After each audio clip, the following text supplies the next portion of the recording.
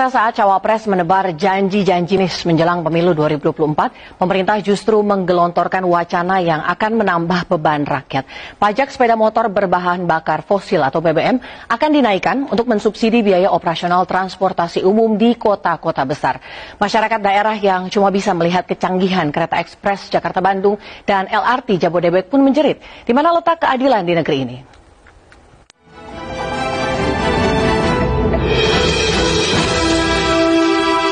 Menaikkan pajak untuk kendaraan sepeda motor.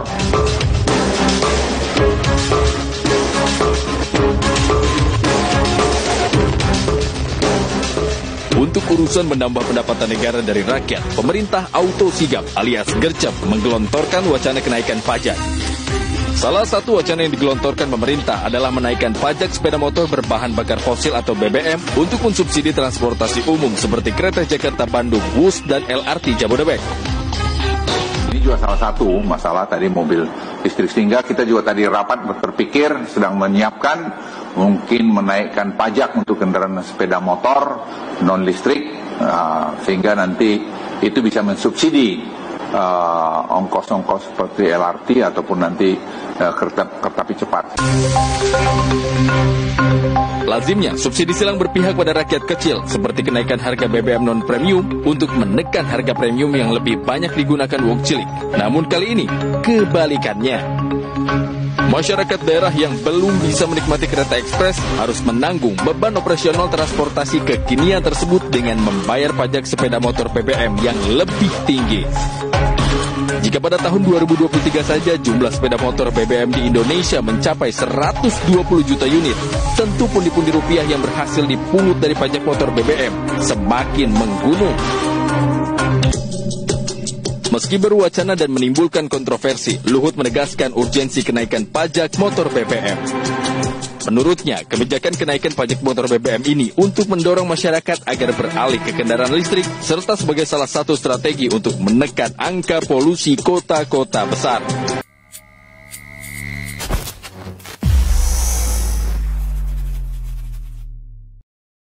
Bismillahirrahmanirrahim. Assalamualaikum warahmatullahi wabarakatuh. Semangat perubahan, salam kedaulatan rakyat. Sahabat Eset, hanya dalam hitungan hari akan ada kenaikan harga gas LPG dan tarif dasar listrik. Oke gas, jogetin aja. Itu lumayan terngiang-ngiang ya. Barangkali khusus untuk pendukung 02 makin terngiang-ngiang, kita aja terngiang-ngiang gitu. Ketika lihat gas naik, oke gas naik, jogetin aja. Ya, itulah realita dari konsekuensi lanjutkan. Karena pemerintahan sekarang ingin menaik-naikkan terus segala sesuatunya. Bayangkan, Luhut Binsar Panjaitan saja memberikan usulan yang disebut baru wacana awal, katanya. Wacana awal aja udah super ngaco itu. Pajak kendaraan motor akan dinaikkan untuk membantu membayar kereta api cepat. Coba gimana logikanya? Kereta api cepat ada di Jakarta-Bandung. Dinikmati oleh warga Jakarta dan Bandung. Pakai koma tuh. Yang duitnya besar. Saya nggak pernah naik kereta api cepat. Merasa rugi gitu. Bahkan bukan sekedar merasa rugi. Saya nggak bisa bayar kok. Mahal banget itu. Lebih murah naik bis. Lebih murah naik travel. Tapi yang dibebankan adalah bisa dikatakan bukan pengguna kereta api cepat. Karena pengguna kereta api cepat itu orang-orang kaya. Yang punya motor-motor kebanyakan mayoritas ya orang-orang menengah ke bawah.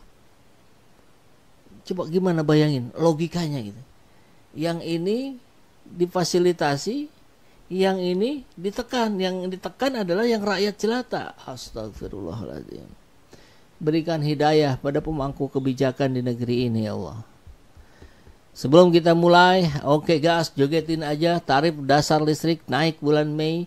Ini ada viral juga ya di berbagai grup WhatsApp cerita tentang kebohongan Abu Nawas. Kebohongan Abu Nawas. Alkisah, Abu Nawas sedang berjalan di tengah pasar. Dia melihat ke dalam topinya dan penuh bahagia. Orang-orang pun heran lalu bertanya, "Hai Abu Nawas, apa yang kamu lihat ke dalam topimu itu yang membuatmu tersenyum bahagia?"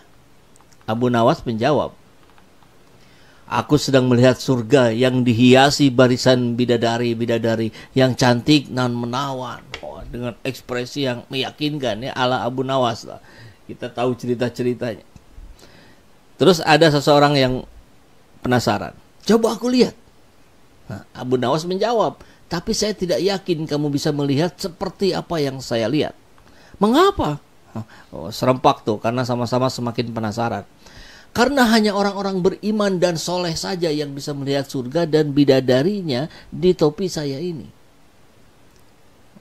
Makin penasaran pun juga ya, "Coba aku lihat." Silakan. Orang itu pun melihat ke dalam topi, lalu sejenak menatap ke arah Abu Nawas, kemudian menengok ke orang-orang di sekelilingnya dan berkata, "Benar-benar, aku melihat surga dan bidadari, luar biasa." Dengan penuh kekaguman ya. Orang-orang pun heboh, ingin menyaksikan surga dan bidadari di dalam topi Abu Nawas. Tapi Abu Nawas mewanti-wanti bahwa hanya orang-orang beriman dan soleh saja yang bisa melihatnya. Dari sekian banyak yang melihat ke dalam topi itu, banyak yang mengaku melihat surga dan bidadari, tapi banyak juga yang tidak bisa melihat sama sekali. Mereka yang tidak bisa melihat berkesimpulan Abu Nawas telah berbohong. Mereka pun melaporkan Abu Nawas ke raja dengan tuduhan telah menebarkan isu kebohongan di tengah-tengah masyarakat. Akhirnya Abu Nawas dipanggil menghadap raja untuk diadili. Dalam sidang pengadilan raja, raja berkata, "Benarkah di dalam topimu bisa terlihat surga dengan bidadarinya?"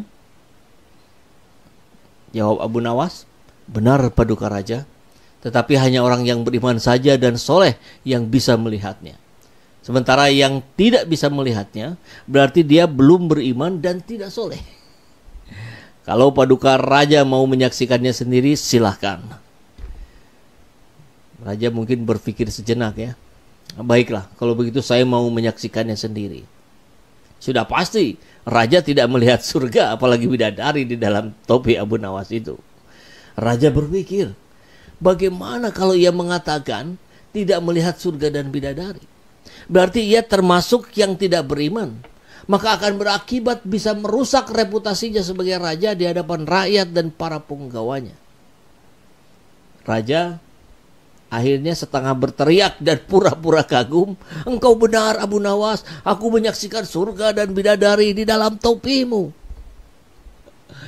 Maka rakyat yang menyaksikan reaksi rajanya itu lalu diam 1000 bahasa dan tak ada lagi yang berani membantah Abu Nawas.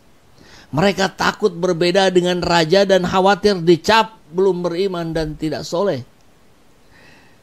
Konspirasi kebohongan yang ditebar oleh Abu Nawas mendapat legitimasi dari raja.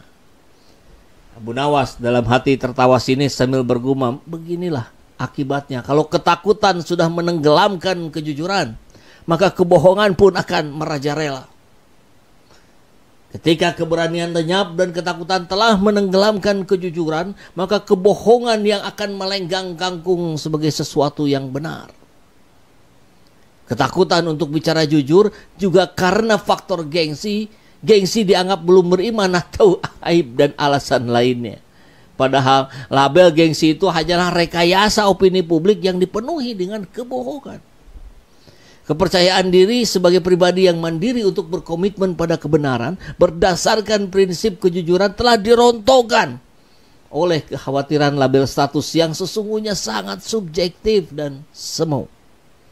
Kecerdikan konspirasi atau kebohongan opini publik Abu Nawas telah menumbangkan kebenaran dan kejujuran. Akhirnya, kecerdasan tanpa kejujuran dan keberanian takluk di bawah kecerdikan yang dilakonkan dengan penuh keberanian dan kepercayaan diri meskipun itu adalah kebohongan yang besar dan nyata. Kasus legitimasi kebohongan versi Abu Nawas ini mungkin telah terjadi di sekitar kita, tentunya dengan aneka ragam versinya. Bagaimana dengan kondisi kita saat ini, dan kemarin, hari ini, dan esok lusa? Masihkah kita percaya dan mengagumi si pembohong karena harus takut berbeda? Kalau yang kita lihat adalah kenyataan. Berani jujur hebat. Hanya kita yang dapat mengubah nasib dan sikap kita ini. Semoga bermanfaat. Wallahu alam. Salam jujur dan berani. Dahsyat, keren sekali cerita ini. Abu Nawas memerankan dalam berbagai kisahnya, sering memerankan orang-orang yang berbeda-beda versinya. Abu Nawas versi ini mirip siapa ya? Yang menekankan kebohongan yang dikemas dengan opini yang dipaksakan sehingga orang pun akhirnya menjadi ketakutan. Tadi sebelumnya lagi kita bahas LBP ya.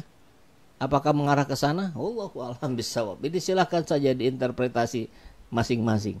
Tapi yang pasti tentu kita akan melihat bahwa banyak hal-hal yang bisa kita katakan sebagai kebohongan karena berkali-kali apa yang disampaikan dengan realita itu berbeda. Kita akan meroket ekonominya, ternyata tekor. Kita tidak akan impor pangan, ternyata impor. Dan sebagainya. Sudahlah, itu sudah menjadi informasi yang kita makan sehari-hari di dalam 10 tahun terakhir ini. Dan hari ini ya kita melihat gas LPG dan tarif listrik rencana naik di bulan Mei.